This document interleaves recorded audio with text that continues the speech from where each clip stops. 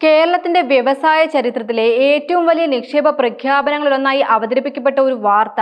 എന്നാൽ മണിക്കൂറുകൾക്കകം ആ വാർത്തയെ തന്നെ തള്ളിക്കളഞ്ഞ് ടാറ്റ ഗ്രൂപ്പ് രംഗത്തെത്തുന്നു. 10,000 കോടി രൂപയുടെ കപ്പൽ നിർമ്മാണ പദ്ധതി കേരളത്തിലേക്ക് വരുമെന്ന് മുഖ്യമന്ത്രി വി.ഡി. സതീശൻ പ്രഖ്യാപിച്ചു. എന്നാൽ ടാറ്റ ഗ്രൂപ്പിന്റെ ഔദ്യോഗിക വിശദീകരണം വന്നതോടെ ഇപ്പോൾ ഉയർന്ന ചോദ്യം ഒന്നു മാത്രം. അപ്പോൾ സത്യം ആരാണ് പറയുന്നത്? കേരളത്തിൽ മാത്രമല്ല, ഇന്ത്യയിൽ ഒരിടത്തും പുതിയ കപ്പൽ നിർമ്മാണശാല ആരംഭിക്കാൻ നിലവിൽ പദ്ധതിയില്ലെന്നാണ് ടാറ്റ ഗ്രൂപ്പ് വ്യക്തമാക്കിയിരിക്കുന്നത്. കപ്പൽ നിർമ്മാണവുമായി ബന്ധപ്പെട്ട പുതിയ നിക്ഷേപ പദ്ധതികളൊന്നും ഇപ്പോൾ പരിഗണിക്കില്ലെന്നും കമ്പനി അറിയിച്ചു. ഈ വിവാദത്തിന് തുടക്കമായത് ബ്ലൂംബർഗ് നൽകിയ മുഖ്യമന്ത്രിയുടെ അഭിമുഖത്തിലൂടെയാണ്. കേരളത്തിൽ കപ്പൽ നിർമ്മാണ മേഖലയ്ക്ക് 10,000 കോടി രൂപയുടെ നിക്ഷേപവുമായി ടാറ്റ ഗ്രൂപ്പ് എത്താൻ തയ്യാറാണെന്നും പദ്ധതിക്ക് സർക്കാർ അനുമതി നൽകുമെന്ന കാര്യവും സജീവമായി പരിഗണിക്കുകയാണെന്നും മുഖ്യമന്ത്രി അറിയിച്ചു.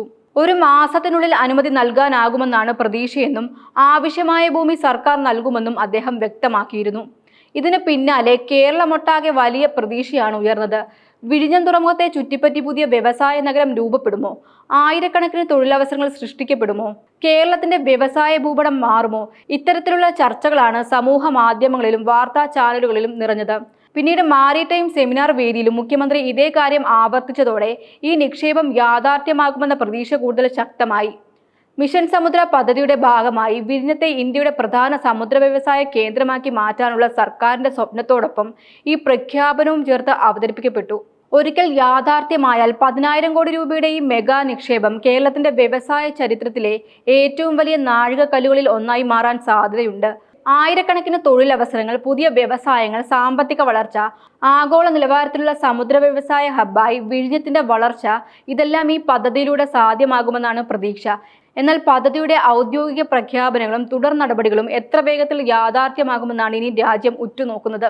എന്നാൽ അതിനു പിന്നാലെ ടാറ്റ ഗ്രൂപ്പിന്റെ പ്രതികരണം എത്തി. കേരളത്തിലല്ല, ഇന്ത്യയിൽ ഒരിടത്തും പുതിയ ഷിപ്പ്യാർഡ് സ്ഥാപിക്കാനുള്ള പദ്ധതിയില്ല. നിലവിൽ അത്തരമൊരു നിക്ഷേപ നിർദ്ദേശം പോലും ഇല്ല. ഈ ഒരു വിശദീകരണം പുറത്തു വന്നതോടെ മുഴുവൻ ചർച്ചകളുടെയും ദിശ മാറി. ടാറ്റയുടെ പ്രതികരണം പുറത്തു വന്നതോടെ രാഷ്ട്രീയ വിവാദം ശക്തമായി. ഈ വിഷയത്തിൽ പ്രതികരിച്ച മുൻ വ്യവസായ മന്ത്രിയും CPM നേതാവുമായ P. രാജീവ് മുഖ്യമന്ത്രി വി.ഡി. സതീശനെതിരെ രൂക്ഷ വിമർശനമാണ് ഉന്നയിച്ചത്.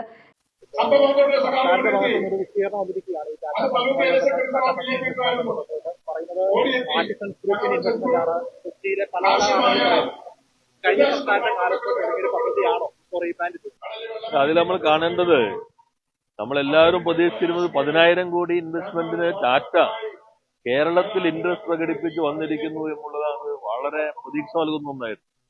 കാരണം ഞാൻ വ്യവസായ വകുപ്പ് മന്ത്രി ആയിരിക്കുന്ന സന്ദർഭത്തിൽ ടാറ്റ ചെയർമാനെ കാണുമ്പോൾ അങ്ങോട്ടാണ് പോയത്. ചന്ദ്രശേഖരന്റെ അപ്പോയിന്റ്മെന്റ് എടുത്ത് ഇങ്ങോട്ട് ക്ഷണിച്ചിരുന്നു. അപ്പോൾ 2-3 മാസം കഴിഞ്ഞ് അദ്ദേഹത്തിന് സമയമുള്ളൂ എന്നറിഞ്ഞപ്പോൾ ഞാൻ അങ്ങോട്ട് പോയിരുന്നു. ഞാൻ മാത്രമല്ല, ഞങ്ങളുടെ ഫുൾ ടീം പോയിട്ട് 2 മണിക്കൂറോളം ചർച്ച നടത്തി. ഏതെല്ലാം പദ്ധതികളെല്ലാം ഇവിടെ കൊണ്ടുവരാൻ പറ്റും. അപ്പൊ ആ ശ്രമം വളരെ ശക്തമായിട്ടാണ് ഞങ്ങൾ മുന്നോട്ട് കൊണ്ടുപോയത്.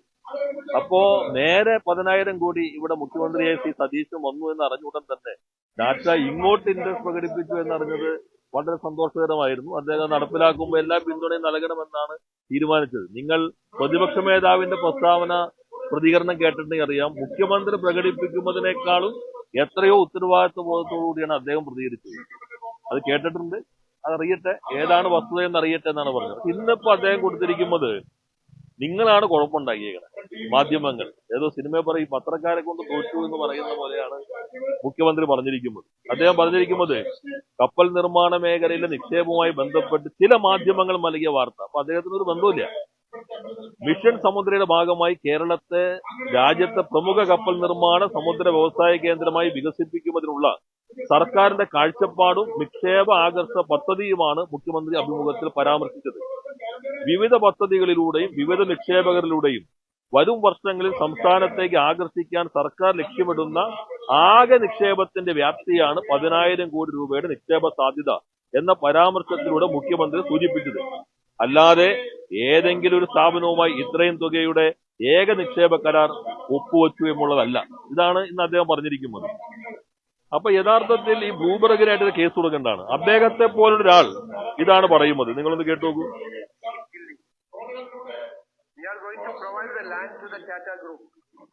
For investing for 10,000 crore investment for shipbuilding. Many other companies are coming. ആദ്യത്തെ വാചകം എന്താ? ടാറ്റ ഇവിടെ ഷിപ്പ് ബിൽഡിങ്ങിന്റെ നിക്ഷേപത്തിന് താല്പര്യം പ്രകടിപ്പിച്ചിരുന്നു. എന്നിട്ട് അദ്ദേഹം ചിരിക്കുന്നുണ്ട്. അടുത്ത ആത്മവിശ്വാസത്തോടെയാണ് പറയുന്നത്. ഞാൻ ഈ ശരീരഭാഷ അദ്ദേഹത്തെ പറഞ്ഞതാണല്ലോ. അടുത്ത ആത്മവിശ്വാസം, we are going to provide land. എന്നിട്ടോ അവസാനത്തെ ഭാഗം നോക്കൂ.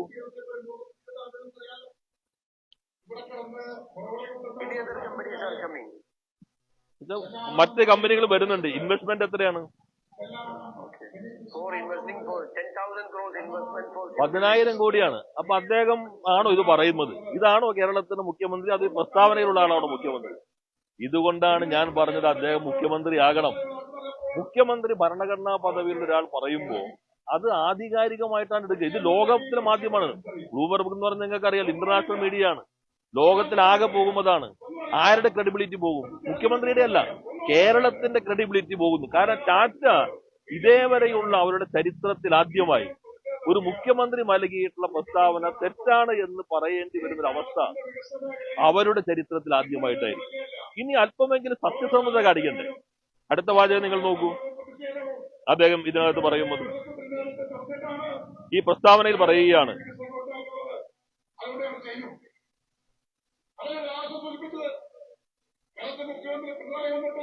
ഇതിന്റെ ഭാഗമായാണ്. ഏതിന്റെ? ഇപ്പോ ഈ 2 മാസത്തിനുള്ളിൽ തുടങ്ങിയ ഈ സമുദ്ര പദ്ധതിയുടെ ഭാഗമായി മലബാർ സിമന്റ് ലിമിറ്റഡും ടാറ്റ പ്രൊജക്ട് ഗ്രൂപ്പിന്റെ ഭാഗമായ ആർട്സ് ആൻഡ് എഞ്ചിനീയറിംഗ് ലിമിറ്റഡും ചേർന്ന് കൊച്ചിൻ പോർട്ടിൽ കപ്പൽ നിർമ്മാണ യൂണിറ്റ് സ്ഥാപിക്കുന്നതിനുള്ള സംയുക്ത സംരംഭത്തിന് സർക്കാർ സൗകര്യം ഒരുക്കിയത്. എന്ന് വെച്ചാൽ അദ്ദേഹം ഇപ്പോൾ സൗകര്യം ഒരുക്കിയിരിക്കുകയാണ്. പദ്ധതിക്ക് ആവശ്യമായ പ്രധാന അനുമതികൾ ലഭിച്ചു കഴിഞ്ഞു. കൊച്ചിൻ പോർട്ട് അതോറിറ്റി ആവശ്യമായ ഭൂമി ലഭ്യമാക്കുകയും പ്രാഥമികമായ വികസന പ്രവർത്തനം ആരംഭിക്കുകയും ചെയ്തിട്ടുണ്ട്. കേരളത്തിൽ ആധുനികമായ ഷിപ്പ് ബിൽഡിംഗ് എക്കോസിസ്റ്റം രൂപീകരിക്കുന്നതിനുള്ള സുപ്രധാനമായ ചുവടുവയ്പ്പായിട്ടാണ്. അപ്പൊ അദ്ദേഹം വന്നു, ഉടൻ തന്നെ ആർട്സ് ഗ്രൂപ്പുമായിട്ട് ചർച്ച നടത്തി. അതിന്റെ അടിസ്ഥാനത്തിൽ അവര് പദ്ധതി വന്നു, പോർട്ട് ഇപ്പോൾ ഭൂമി കൊടുക്കുന്നു. അതിവേഗതയിലാണ് പോകുന്നത്. എന്നാൽ ഇത് നോക്കൂ, ഇത് ഹിന്ദു രോമതാണ്. ഇത് ഇൻവെസ്റ്റ് കേരള സബ്മിറ്റിൽ ആർട്സ് ആൻഡ് ഗ്രൂപ്പും അതോടൊപ്പം തന്നെ മലബാർ സിമന്റ്സും തമ്മിൽ MOU ഒപ്പുവയ്ക്കുന്നതാണ്. ഇനി അദ്ദേഹം ഹിന്ദു വായിക്കുമില്ലെങ്കിൽ അദ്ദേഹം എന്നും വായിക്കുന്ന മറ്റൊരു പത്രമുണ്ട്. ആ പത്രവും ഞാൻ പറയാം.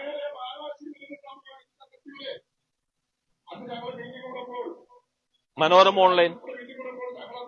മലബാർ സിമന്റ്സുമായി ചേർന്ന് ബോട്ട് നിർമ്മാണശാല സ്ഥാപിക്കാൻ ടാറ്റ ഗ്രൂപ്പ് പദ്ധതി കൊച്ചി തുറമുഖത്ത് ഫെബ്രുവരി 25. ഇങ്ങനെ എല്ലാ പത്രങ്ങളും റിപ്പോർട്ട് ചെയ്തൊരു കാര്യം. ഇത് കൊടുക്കുമ്പോഴെങ്കിലും അല്പ സത്യസന്ധത കാണിക്കണ്ടേ? കഴിഞ്ഞ ഗവൺമെന്റ് ഇങ്ങനെ തുടങ്ങിയിട്ടുണ്ട്, അത് ഞങ്ങൾ ശക്തമായി മുന്നോട്ട് കൊണ്ടുപോകും, ഞങ്ങളും അവരും നമ്മളും ഒന്നിച്ച് മുന്നോട്ട് കൊണ്ടുപോയി നമുക്ക് ഈ പദ്ധതി യാഥാർത്ഥ്യമാക്കണമെന്നല്ലേ ഒരു മുഖ്യമന്ത്രി പറയേണ്ടത്? അതിന് പകരം എട്ടുകാലി മമ്മൂഞ്ഞായിട്ട് മാറേണ്ടതുണ്ടോ? ഈ 2 മാസം കൊണ്ടാണ് ഇത് ശരിക്കും മനസ്സിലാക്കിയിട്ടില്ല. പോർട്ട് ട്രസ്റ്റിന്റെ ഭൂമി ഇപ്പൊ ലഭ്യമാക്കിയിട്ടുണ്ട്. ഏതാ പോർട്ട് ട്രസ്റ്റിന്റെ ഭൂമി? ഇത് 10 വർഷത്തിന് മുമ്പ് മലബാർ സിമന്റ്സ് അവിടെ ക്ലിങ്കർ കൊണ്ട് പൊടിക്കാനായിട്ട് ഒരു പദ്ധതിയുടെ ഭാഗമായി ലാൻഡ് ലീസിനെടുത്തിരുന്നു. എന്നാൽ ആ ഒരു ഫീസിബിലിറ്റി സ്റ്റഡി എല്ലാം നെഗറ്റീവ് ആയതുകൊണ്ട് ആ ലാൻഡ് ഉപയോഗിക്കാൻ പറ്റിയിരുന്നില്ല. എല്ലാ വർഷവും നമ്മൾ ലീസ് കൊടുത്തുകൊണ്ടിരിക്കുകയായിരുന്നു. കഴിഞ്ഞ ഗവൺമെന്റ് സമയത്ത് പൊതുമേഖലാ സ്ഥാപനങ്ങളുടെ ഉപയോഗിക്കാത്ത ഭൂമി അവരുടെ ജോയിന്റ് വെഞ്ചറായിട്ട് പ്രൊഡക്റ്റീവായി ഉപയോഗിക്കുമ്പോൾ പദ്ധതിയുടെ ഭാഗമായി അവരൊരു പ്രൊജക്ട് മുന്നോട്ട് വെച്ചു. ആ പ്രൊജക്ടിൽ ആർട്സ് ആൻഡ് ഗ്രൂപ്പ് അവര് ടാറ്റയുടെ സബ്സിഡറിയാണ്. അവർ താല്പര്യം പ്രകടിപ്പിച്ചു. ഇത് അദ്ദേഹം മനസ്സിലാക്കേണ്ടത് അവർ മാത്രമല്ല, ECH എന്ന് പറഞ്ഞ മറ്റൊരു കമ്പനി, ടാറ്റയുടെ ആർട്സ് ആൻഡ് ഗ്രൂപ്പ് ചെറിയൊരു സബ്സിഡറിയാണ് അവരുടെ. അപ്പൊ ഞങ്ങൾ തന്നെ അന്ന് കണ്ടത് അവര് കൂടി വരുമ്പോ ടാറ്റയുടെ പ്രസൻസ് കൂടി കേരളത്തിൽ വരട്ടെ കൂടുതലായിട്ട്. അവരും ECH ചേർന്നിട്ടാണ് 500 കോടി ഇൻവെസ്റ്റ് ചെയ്യാമെന്നതാണ് ദീർഘകാലത്തേക്ക് MOU ഒപ്പുവെച്ചിരിക്കുന്നത്. അതിന്റെ ആദ്യഘട്ടമായിട്ട് 58 കോടി നമ്മൾ മലബാർ സിമന്റ്സ് അവിടെ ലാൻഡിന് വേണ്ടി വർഷങ്ങൾക്ക് മുടക്കിയിട്ടുണ്ട്. ആ ഭൂമിയുടെ വില മലബാർ സിമന്റ്സിന്റെ ഷെയർ വാല്യൂ ആയും ECHന് പണം മുടക്കും. ടാറ്റയുടെ ആർട്സ് ആൻഡ് ഗ്രൂപ്പ് അവർ ടെക്നോളജി പ്രൊവൈഡർ ആയിരിക്കും. അങ്ങനെ ജോയിന്റ് വെഞ്ചറിന്റെ ഭാഗമായി MOU ഒപ്പുവെച്ചു. ഫെബ്രുവരി 2026 ഫെബ്രുവരിയിൽ ഗവൺമെന്റ് മലബാർ സിമന്റ്സിന് അതുമായി മുന്നോട്ട് പോകാൻ അനുമതി നൽകി. ഇപ്പൊ ലാൻഡ് ഒരുക്കിക്കൊണ്ടിരിക്കുകയാണ്. അപ്പൊ ഈ 2 മാസത്തെ അനുമതി അല്ലത്. അദ്ദേഹം അല്പമെങ്കിലും സത്യസന്ധതയെങ്കിലും കാണിക്കണ്ടേ? ഇനി വരാൻ പോകുമ്പോൾ എന്താ? ഇപ്പൊ ടാറ്റയെ സംബന്ധിച്ച് ഇങ്ങനെ ഒരു പ്രഖ്യാപനം നടത്തി കഴിഞ്ഞപ്പോ യഥാർത്ഥത്തിൽ ക്രെഡിബിലിറ്റി പോകുന്നത് കേരളത്തിന്റെയാണ്. ടാറ്റയെ ഞാൻ മനസ്സിലാക്കിയത് ലോകത്തിൽ തന്നെ വിളികൾ വന്നു. പിന്നെ ബുദ്ധിജീവി ആയില്ലെങ്കിലും അത്യാവശ്യം ബുദ്ധി മുഖ്യമന്ത്രിക്ക് ഉണ്ടാകും നല്ലതാണ്. ഇത്തരം കാര്യങ്ങൾ എങ്ങനെ കൈകാര്യം ചെയ്യണം. അതിലൊന്ന്, ഇങ്ങനെ ഇൻവെസ്റ്റ്മെന്റ് വന്നാലും എടുത്തു ചാടി പറയാൻ പാടില്ല. കാരണം എല്ലാ സ്റ്റേറ്റും പുറകെ നിൽക്കുന്ന കാലാണ്. അപ്പൊ അദ്ദേഹം ഫിക്ഷൻ വായിക്കുന്ന ഒരാളായതുകൊണ്ട് ഭാവനയിൽ കാണുന്ന കാര്യങ്ങൾ യാഥാർത്ഥ്യമെന്ന മട്ടിൽ കൂടി അവതരിപ്പിച്ചാൽ കേരളത്തിന്റെ സാധ്യത പോകും. അപ്പൊ അതിൽ ഒന്നുകൂടി കാണേണ്ടത്, ഇനി കുറച്ച് കഴിയുമ്പോൾ അദ്ദേഹത്തിന് ഭാവന വിടരാൻ ഇടയുള്ള ഒരു ഭാഗം കൂടി ഞാൻ പറയാം. 2025 ജൂലൈയിൽ കൊച്ചിൻ ഷിപ്പ്യാർഡും ദക്ഷിണ കൊറിയൻ കമ്പനിയായ ഹുണ്ടായും തമ്മിൽ ഒരു MOU ഒപ്പുവെച്ചിട്ടുണ്ട്. നിങ്ങളൊക്കെ റിപ്പോർട്ട് ചെയ്തിട്ടുള്ളതാണ്. ഇത് പത്രസമ്മേളനത്തിലേക്ക് പെട്ടെന്ന് ഓർമ്മ ഒന്നും വരില്ല. അവർ ഒപ്പുവെച്ചത് 2025 സെപ്റ്റംബറിൽ ഡൽഹിയിൽ വെച്ച് ഹാൻഡ് ഓവർ ചെയ്തിട്ടുണ്ട്. 3700 കോടി രൂപയ്ക്ക് ഇവിടെ കൊച്ചിയിൽ പുതിയ ഒരു സംവിധാനം സ്ഥാപിക്കാൻ വേണ്ടിയാണ് ഷിപ്പ്യാർഡും MOU ഒപ്പുവെച്ചിരിക്കുന്നത് ഹുണ്ടായുമായിട്ട്. അതിന്റെ ഭാഗമായി സ്റ്റേറ്റ് കുറച്ച് ലാൻഡിന്റെ ക്ലിയറൻസ് നടത്താനുണ്ട്. അതിന് ഞങ്ങളുടെ സമയത്ത് പ്രത്യേകമായ സംവിധാനം ഒരുക്കി അവസാന ഘട്ടത്തിൽ എത്തിയിട്ടുണ്ട്. ഇനി നാളെ ഉടൻ തന്നെ ഹുണ്ടായി ആയിട്ട് ഞാനിതാ സമുദ്രയുടെ ഭാഗമായി കൊണ്ടുവന്നു എന്ന് പ്രഖ്യാപിക്കും എന്നതുകൊണ്ടാണ് ഞാനിത് കൃത്യമായിട്ട് പറയുന്നത്. ഇത് യഥാർത്ഥത്തിൽ കേരളത്തിന് അവമതിപ്പുണ്ടാക്കാൻ ഇടയാക്കിയ ഒരു ഗൗരവമായ പ്രശ്നമായി നമ്മളെല്ലാവരും കാണേണ്ടതുണ്ട്. ടാറ്റയുടെ സബ്സിഡിയറിയായ ആർട്സൻസ് നടത്തിയ നിക്ഷേപ പ്രഖ്യാപനം മുൻ സർക്കാരിന്റെ കാലത്തു തന്നെ ഉണ്ടായിരുന്നെന്നും 2025 ഇൻവെസ്റ്റ് കേരള സമ്മേളനത്തിന് ഈ പദ്ധതി അവതരിപ്പിച്ചിട്ടുണ്ടെന്നും പി രാജീവ് പറഞ്ഞു. മുഖ്യമന്ത്രി ഇപ്പോൾ അതേ പദ്ധതിയെ മിഷൻ സമുദ്രയുടെ ഭാഗമായി പുതിയ പ്രഖ്യാപനമെന്ന രീതിയിൽ അവതരിപ്പിക്കുകയാണെന്നും അദ്ദേഹം ആരോപിച്ചു. മുഖ്യമന്ത്രി ബുദ്ധിജീവി ആയില്ലെങ്കിലും കുറച്ച് ബുദ്ധിയെങ്കിലും വേണം എന്ന വിമർശനവും പി രാജീവ് ഉന്നയിച്ചു. മാധ്യമങ്ങളോട് സംസാരിക്കവെയാണ് അദ്ദേഹത്തിന്റെ ഈ പ്രതികരണം. അതോടൊപ്പം മുഖ്യമന്ത്രിയുടെ പ്രഖ്യാപനത്തെ ടാറ്റ പരസ്യമായി തള്ളിക്കളഞ്ഞ് അതീവ ഗൗരവമുള്ള കാര്യമാണെന്നും ടാറ്റ ഗ്രൂപ്പിന്റെ ചരിത്രത്തിൽ ആദ്യമായാണ് ഒരു മുഖ്യമന്ത്രിയുടെ പരാമർശത്തെ ഇത്തരത്തിൽ നിഷേധിക്കുന്ന സാഹചര്യം ഉണ്ടായതെന്നും പി രാജീവ് അഭിപ്രായപ്പെട്ടു.